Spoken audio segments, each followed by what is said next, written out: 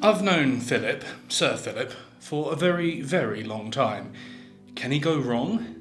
No, absolutely not.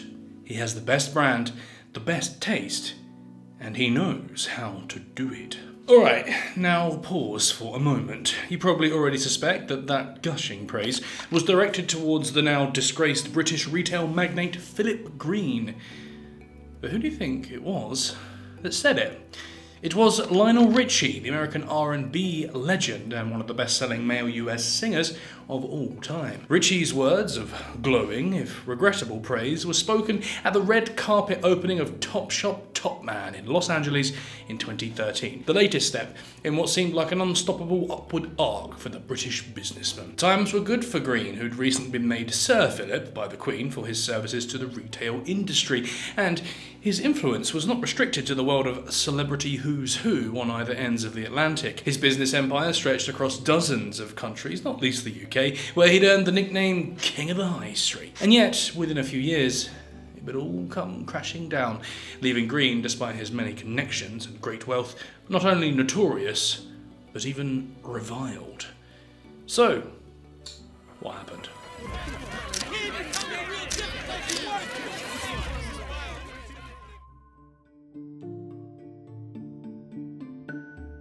3 years on from the glitzy ceremony in Los Angeles, Green found himself in an environment punctuated neither by opulence or plaudits. Instead of renowned American showbiz names singing his praises, before him sat instead a dozen austere figures in suits posing a series of uncomfortable questions regarding his ailing business empire. This was May 2016, and Green had been before a British parliamentary committee in connection to the sale of his department store brand BHS, previously British Home Store, to a shady businessman the previous year. The change in administration had proved disastrous, and BHS dived headfirst into insolvency only a handful of months later. Green was now expected to account for the circumstances of the deal, since BHS's collapse had resulted in an estimated 11,000 job losses as branches closed. Even worse, it had unveiled debts of around £1.2 billion, resulting in a pension fund for the company's employees being slashed by an eye-watering £571 million.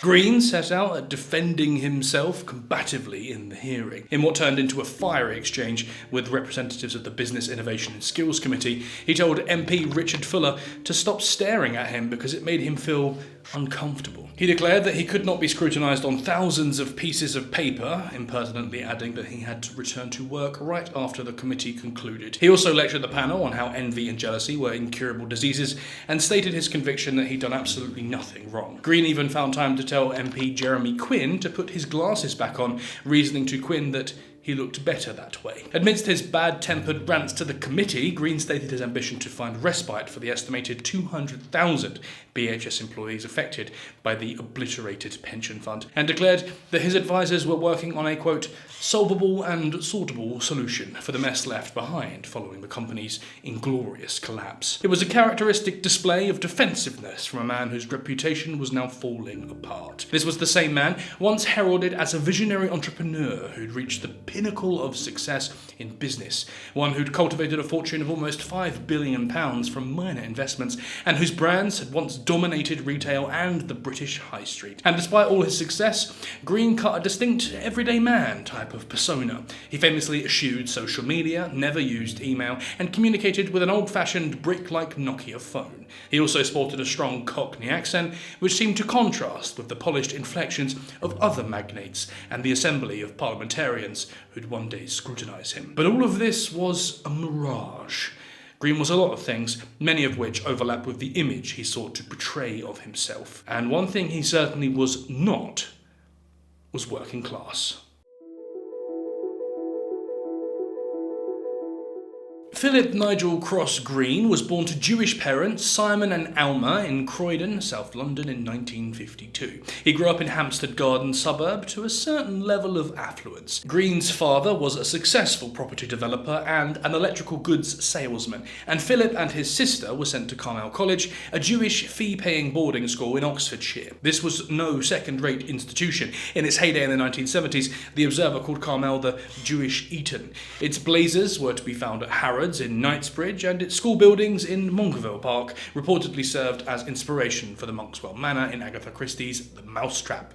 Even so, young Philip's life wasn't necessarily all roses. Simon Green died when his son was 12, resulting in the family's electrical business being inherited by the boy, but being overseen by his stern and overbearing mother, Alma. Alma saw to it that the family's good financial standing was upheld, but undoubtedly passed on some less than virtuous life lessons to her son. You see, the chain-smoking matriarch of the Green household had established business ventures of her own through laundrettes and petrol stations, and was described as a tough woman obsessed with money. The Times journalist Oliver Shah's biography of Philip Green described his mother as drilling the importance of making money above all else into her children, and Alma's uncompromising parenting style and priorities seemed to rub off directly onto her son, who'd mirror many of the same behaviours throughout his later life in business. In the meantime, Philip Green wasn't a very impressive student. He didn't get along with his classmates at Carmel and left school at 15 with 0 O-levels, only to parachute into a role as a shoe importer for a family friend in East London. By his late teens, he was travelling to places like the Asian Far East to buy up cheap designer stock, and then he'd flip that for profit back home in the UK. Within a few years, Green converted his industry experience into the model for the start of his empire, sourcing bulk clothing at knockdown prices from wholesalers or companies who'd gone bankrupt, then stripping their stock and selling to discount retailers at home. Much of the capital for his first forays into the corporate world came by way of loans secured by his mother, but Alma wasn't the only early influence on Philip's mind. He was also swayed by his uncle, Tony Schneider, a loan shark with suspected ties to the criminal underworld. Uncle Tony lived in a fortified house close to Regent's Park and reportedly provided his nephew with the financial backing to begin some of his first business ventures. But Schneider's influence on his nephew went way beyond simple cash loans. Philip copied his uncle's mannerisms and his working-class brogue, even though Tony himself reportedly looked towards his nephew with disdain as a middle-class pretender. He also took on another of his uncle's business practices, hurling dog's abuse at those below him to have them do as he pleased. But it all seemed to work. Green's commercial momentum began with the purchase of Bonanza jeans in the 1970s, and not long after, he followed up with the purchase of Jean Genie for around £500,000. Green merged the two chains, tidied up the profit margins, and sold the combined group to Lee Cooper for around £7 million. And just like that, Philip Green was a millionaire. He also began to be noticed by the press, something he welcomed with zeal. Along with the nickname Gene Genius, not one to hesitate on a hot ticket, in 1988 Green acquired a stake in Amberday, a clothing manufacturer which had just been listed on the London Stock Exchange to further his business ambitions. He became chief executive in 1988, and the company grew quickly to become one of the hottest retail stocks in Britain. At its height, it was valued at around £200 million, and Green was seen as a rising star in UK retail. But the good times didn't last. Green's management style, inherited from his dear uncle Tony, led him to clash with investors and other executives, and he resigned in 1992 amidst declining profits. Amberday folded alongside him. The setback wouldn't be the end of Philip Green's story in retail, but clearly his interpersonal approach needed some refining. It got nothing of the sort, of course. The year was now 2002, and Philip Green was soaring. After years of modest success and failures, his net worth shot upwards after the year 2000 when he purchased the once-touted fashion and homeware chain British Home Stores for around £200 million. Now, you might wonder, did Green have the capital necessary to make such a large-scale purchase? The answer is almost certainly no. His net worth in the 1990s was not publicly known, but while probably significant, he didn't have that money yet to make such a vast investment. But he didn't need to. Green's modus was already quite clear and equally simple. Choose a struggling company, and therefore cheap company, put forward the capital for a takeover by way of loans and minor personal investment, use the resulting turnaround to pay off existing debts, multiply investments thereafter. British Home Stores had been a high street stalwart since its establishment in the 1920s, but the rise of competitors such as Next and Marks and Spencer's had seen its appeal age poorly, and its profits plummeted in the 1990s. By 1998, it was lurching towards insolvency, and this brought the 70-year-old retail brand into the orbit of Philip Green, who tied up a deal for Sears plc a more than 100-year-old public retail brand, the very same year for more than £500 million through an investment consortium. Sears was converted to a private company and subsequently dismembered by Green, all while his acquisition portfolio continued to race forward at speed. Ironically, before tying up the deal for British home stores, Green had considered a bid for one of the competitors, which was helping drive it out of business, Marks and Spencer's. But ultimately, he didn't follow through. The deal was wrapped up in May 2000, and Green wasted no time in shortening British home stores to BHS and switching it from a public PLC to a private Ltd, just as he'd done with Sears. This was significant for several reasons. For one, public companies were held to more rigorous annual account publishing, being expected to disclose financial information reports regularly to shareholders and the public. The move to private also eliminated the irritating presence of various minority shareholders, leaving full control of the company in the hands of Green, his wife Tina, and their family. Green could now divvy up the company with greater ease, move deftly around taxation requirements, and strip company assets without the former shareholders' interference. Perhaps most significantly of all, he would also be able to pay himself and his wife generous dividends from the company, something which there would be no need to be publicised since the company was no longer beholden to public visibility. This soon enough caused Green's net worth to rise dramatically in the early part of the 21st century. Of course, none of this was particularly sustainable, but any resulting issues would be safely kicked way down the line. With the BHS venture proving successful, the time was ripe for an equally significant double-up. In 2002, Green took over the retail empire Arcadia, which owned brands such as Burton, Dorothy Perkins, Miss Selfridge, and of course Topshop and Topman. His momentum was unstoppable. Only a further 2 years on from the Arcadia deal, he attempted what would have been his biggest acquisition yet, bidding almost £10 billion for Marks and Spencer in what amounted to little more than a hostile takeover. But just like in 1999, the deal fell flat on this occasion because M&S shareholders rejected his ambitions, causing the buyout to fall through. Despite all this, though, times were good. While the public might not have known about the murky dividends being lifted by Green from his acquired empire, few were in doubt about the scale of his wealth. Because what accompanied Green's success was a high-rolling lifestyle which earned notoriety entirely of its own. The same year he completed the Arcadia takeover in 2002, Green threw himself a lavish birthday party, which he self-righteously named PG-50. 219 of Green's quote-unquote closest friends were flown by charter plane to a luxury hotel in Cyprus for a 4-day jamboree costing an estimated £5 million.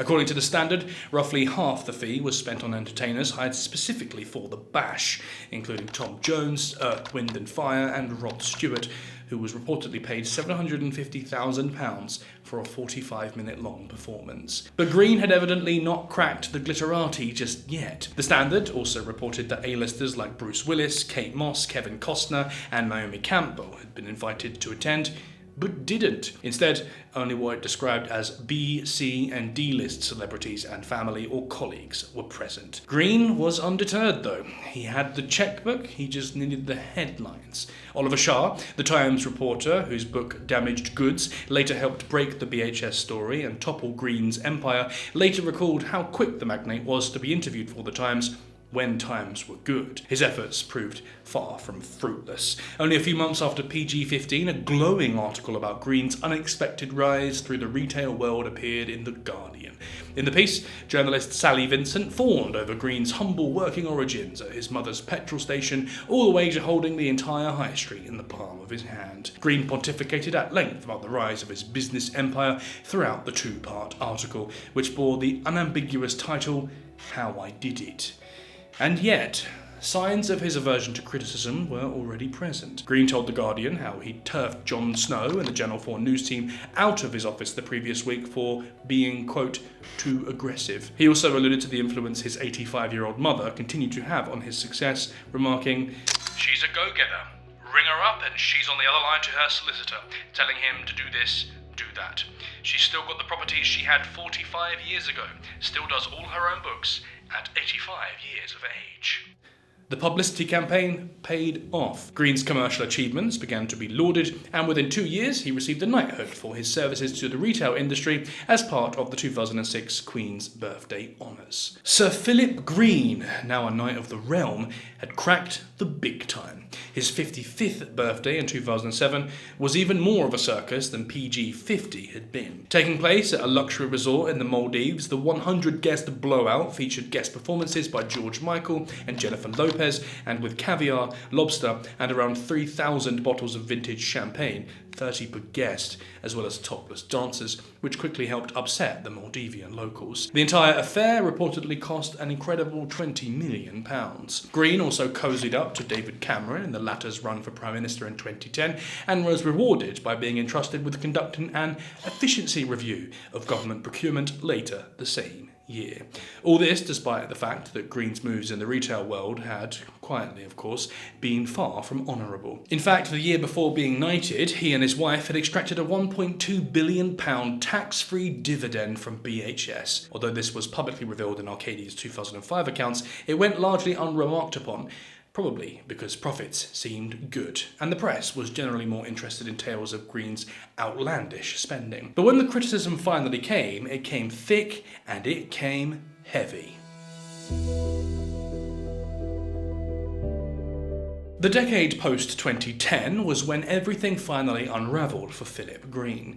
But at the start of the decade, in 2010, all was well, seemingly. Green crowed to Arcadia Group employees that profits were healthy, at £279.6 million, in spite of the ongoing global recession. The previous year, The Guardian had published another glowing tribute to the tycoon, ironically entitled Man with a Fine Attention to Retail. The article remarked that Green's personal wealth was now £4 billion, and that his wife Tina had gifted him with a solid gold Monopoly set complete with the stores he'd acquired.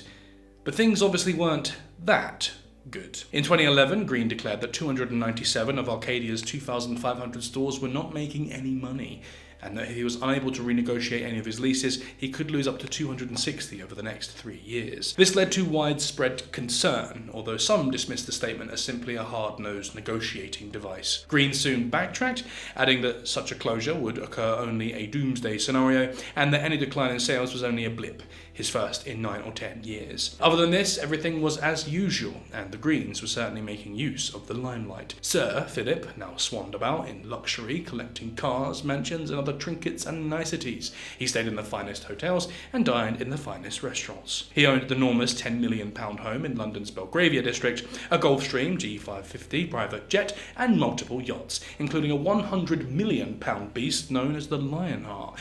Praise and attention were also coming his way thick and fast. Lionel Richie was not alone in singing Green's praises, as he'd by now widened his celebrity circle to include supermodels, actors, and media execs, and would be pictured alongside figures like Gwyneth Paltrow, the Kardashians, and Beyoncé.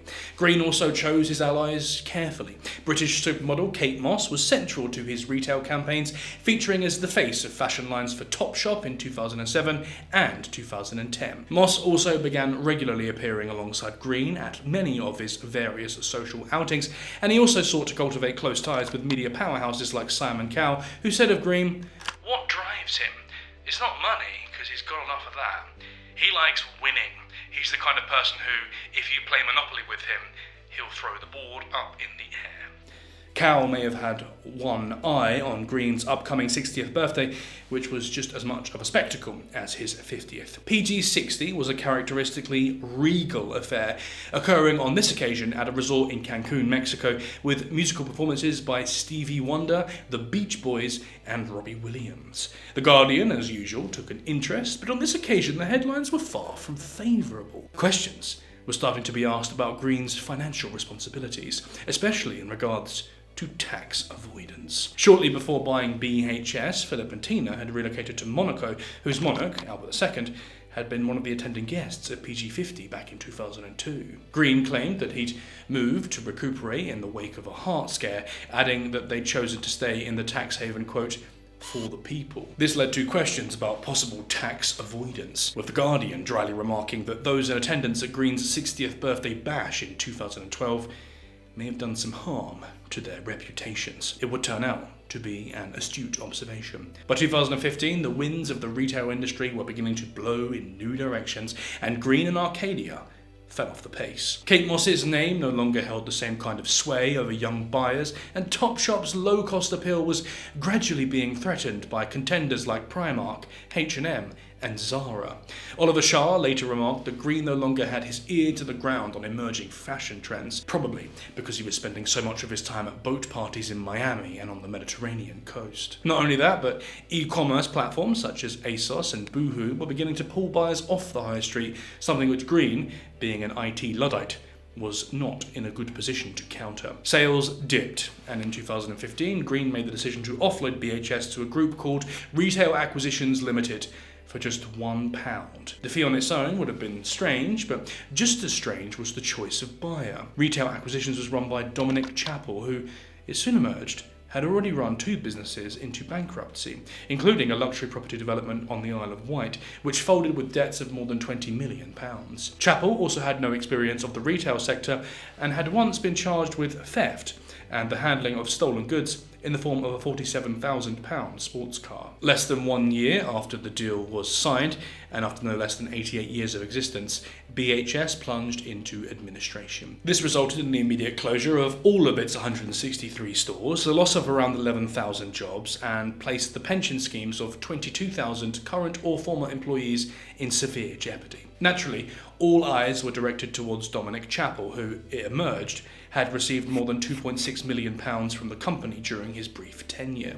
But public scrutiny also began to be directed towards Green, and this was when the question of his £1.2 billion self-payout in 2005 came to the surface. It was revealed that BHS had quietly been making losses year on year since 2009. Given Green's extreme wealth, could he not have found the capital to invest into what had, obviously, long become an ailing company? Such were the kind of questions that he would now have to face from the public and from parliamentarians belonging to the Work and Pensions and Business and Innovation and Skills Committees. The disgraced Dominic Chappell also spoke out.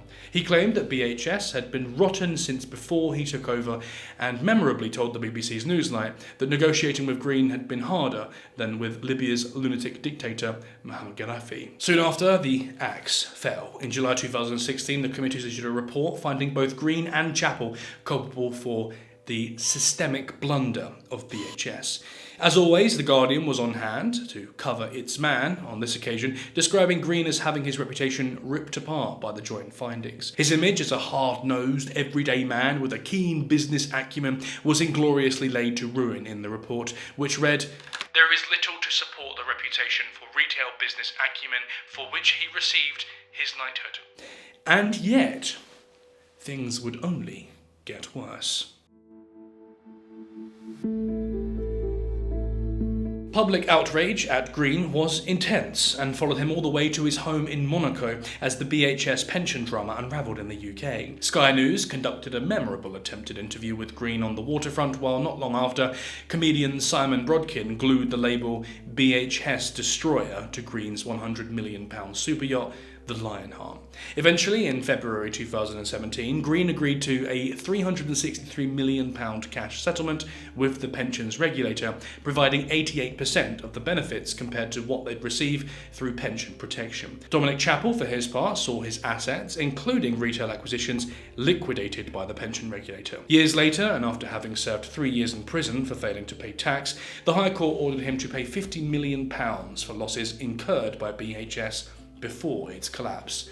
During the same period, Green's reputation continued to spiral just as badly. In October 2018, the Daily Telegraph reported that a leading businessman had secured a court injunction preventing the media from publishing allegations of serious misconduct, including harassment, racial abuse, and bullying by his former employees by way of non-disclosure agreements amid the fallout from the Me Too movement. 1 day later, Peter Hain used parliamentary privilege to publicly name Sir Philip Green as the unnamed businessman in the House of Lords, thereby kickstarting kickstarting a media frenzy. The Guardian, as ever, was on hand to provide further details. It alleged that there were at least 7 cases of former staffers having received substantial payouts to settle such complaints against Green. The reported transgressions included inappropriate advances and flying into expletive-ridden rants against male and female staff in the workplace. Green's barracking leadership style, no doubt partially inherited from his loan shark uncle many years before, had now come back to hurt his image, although it had probably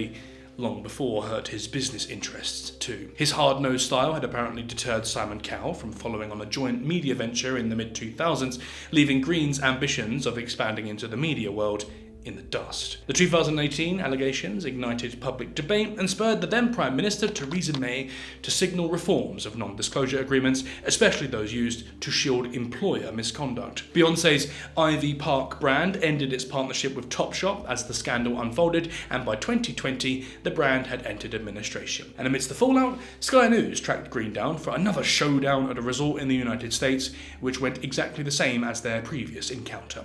Further allegations of misdemeanor assault in the US against Green followed in 2019, although these were ultimately dismissed by a judge the following year. Green responded to the scandal by bringing a case to the European Court of Human Rights against the United Kingdom over Haynes' use of parliamentary privilege, which he argued breached his rights to privacy and a fair trial. The court unanimously rejected his case on April 2025. In roughly the same period that Chappell was served with his £50 million bill to clear up the mess both men had created. And yet, it was arguably Philip Green who'd fallen the furthest of the two. From being heralded as the King of the High Street, there was now a new nickname which fell on Sir Philip's shoulders, one which originated in the same public committee report which so obliterated his reputation, and which was later repeated by various outlets, not least The Guardian, in reference to him: the unacceptable face of capitalism.